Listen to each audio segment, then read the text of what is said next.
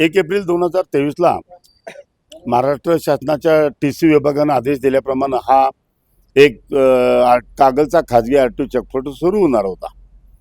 त्याला आम्ही त्यावेळी पण विरोध केला आणि आज सुद्धा आमचा विरोध कायम आहे. हा जो कागलचा खाजगी RTO चेकपोस्ट आहे तो माल ट्रक वाहतूकदारांच्यावर, truck, tempo, tanker, dumper, trailer ह्यांच्यावर फार म्हणजे अन्यायकारक आहे. त्या काट्याला कुठल्याही सुविधा दिलेल्या नाही आहेत. 2008ला राज्याचे मुख्यमंत्री विलासराव देशमुख यांनी हे सगळं आणलेलं आहे. लक्षात आलं काय? करार केलेला आहे आणि कोणत्याही सुविधा नाही आहेत. त्याचबरोबर जे काय त्यांनी सुविधा द्यायला पाहिजे होत्या त्या दिलेल्या नाही आहेत. महत्त्वाचा विषय म्हणजे आमच्या आंदोलनाला परवा दिवशी 8 तारखेला मला आणि माझे सेक्रेटरी हेमंत डिसले कारण आम्ही असोसिएशनमध्ये होतो, तयारी करत होतो. जवळजवळ 100-125 ट्रक आणि 450-500 लोकांचा आम्ही आंदोलन करणार होतो. परंतु ते पोलीस खात्यानं आम्हाला उचललं आणि आमचं आंदोलन लोकशाही मार्गानं चाललेलं आंदोलन उचकटण्याचा, दाबण्याचा प्रयत्न केला. ह्याला आमच्या पोलीस डिपार्टमेंटमध्ये सुद्धा फार मोठं त्याच्यावर दबाव आहे. आम्ही कलेक्टर म्हणा, SP म्हणा, त्याचबरोबर IGP आणि प्रादेशिक परिवहन अधिकारी यांच्याकडे गेली आठवडाभर दाद मागतोय, पण कुणीही दाद दिली नाही. आता आम्ही प्रशासकीय मार्गानं सुद्धा जाणार आणि माझ्या कोल्हापूर जिल्ह्याचे आमदार आणि खासदार आहेत ह्यांच्या माध्यमातून सुद्धा आम्ही आमची ताकद लावणार, लढा देणार. त्याचबरोबर आता या 2 ते 3 दिवसात या अपर जिल्हाधिकारी संजय तेली साहेबांनी जमावबंदी आदेश लागू केला आहे. तो 12 तारखेला आहे. 13 तारखेला आम्ही आमच्या जिल्ह्यातील, तालुक्यातील सगळ्या वाहतूकदारांचा मेळावा घेणार आणि ह्या कागलच्या RTO चेकपोस्टला विरोध करणारच. सगळ्या मार्गानं हा विरोध करणार आणि कलेक्टर ऑफिसवर करणार, RTO ऑफिसवर करणार आणि हाणून पाडणार कोणत्याही परिस्थितीत. खरं तर अदानी समूहाकडे हा तपासणी नका आहे आणि पोलीस बंदोबस्त मोठ्या प्रमाणात लावला. कुठेतरी सरकार त्यांच्या पाठीशी असं वाटतंय. होय, सरकार त्यांच्या पाठीशी पूर्णपणे पाठीशी आहे असं समजतंय, वाटतंय नाही, ठामपणे आमचं मत आहे. परंतु तरीसुद्धा अदानी ग्रुप असू दे किंवा पहिलं सद्भाव ग्रुपकडे होता, तो सद्भाव ग्रुपचा ठेका आता अदानी ग्रुपला दिलेला आहे. 2012ला पहिलं चेकपोस्ट चालू झालं.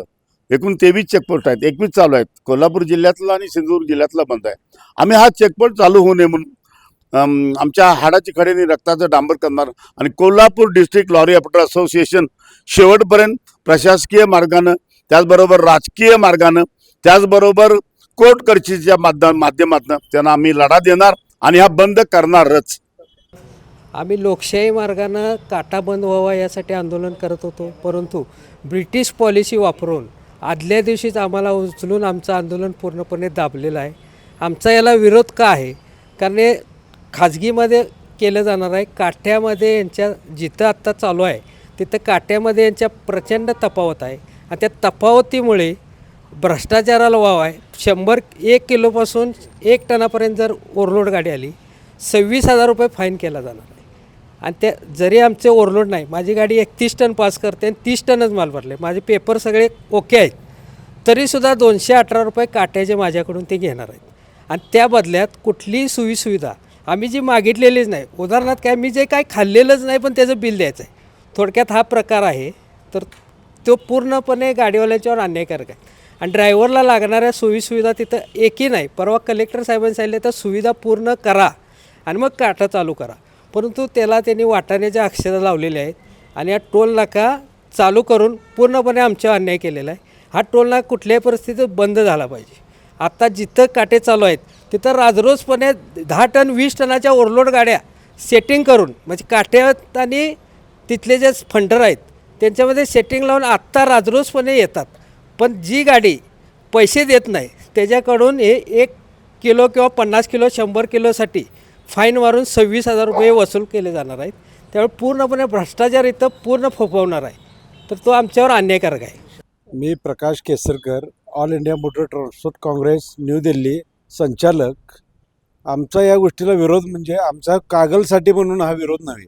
आमचं गडकरी साहेबांच्याकडे, केंद्रीय वाहतूक मंत्र्यांच्याकडेच मागणं आहे की संपूर्ण देशामध्ये GST कायदा हे सगळा लागू झालेला आहे आणि आपण आदेश दिलेला आहे 17 एप्रिल 2017ला आदेश दिलेला आहे की आम्ही देशातले सर्व बॉर्डर चेकपोस्ट हलवणार, त्याची आवश्यकता नाही आहे. तरी पण हे चालू करतायत. आता गेल्या वर्षी मध्य प्रदेश बंद झालेला आहे, छत्तीसगड बंद झालेला आहे, राजस्थान बंद झालेला आहे, उत्तर प्रदेश बंद झालेला आहे. देशामधले 13 राज्यामधले बॉर्डर चेकपोस्ट हटलेले आहेत. आणि अशी आमची मागणी चालूच असताना आज महाराष्ट्र राज्याकडे देखील आमची मागणी चालू असताना आत्ता जे चालू आहेत ते आहेत आणि बंद असताना हे कशाला चालू करताय? तर तो निर्णय लागेपर्यंत हे चालू करू नका. त्याच्यातून यांनी दडपशाहीनं आमच्या नेत्यांना स्थानबद्धतेत ठेवून यांनी दडपशाही मार्गानं बंद केलं चालू केलेलं आहे. मागण्या काय आहेत, काय अडचणी निर्माण झाल्या हा टोल नाका चालू झाल्यामुळं आज जरी आपण जरी गेला सकाळी 9ला त्यांनी चालू केला तर आत्ता तुम्हाला 1 ते 1.5 किलोमीटरच्या प्रत्येक गाड्यांची लाईन आणि प्रत्येक गाडीची पेपर तपासणी आणि त्याच्यामध्ये जाणारा वेळ आणि होणारा प्रचंड भ्रष्टाचार ह्या गोष्टीसाठी आमचा याला तीव्र विरोध आहे.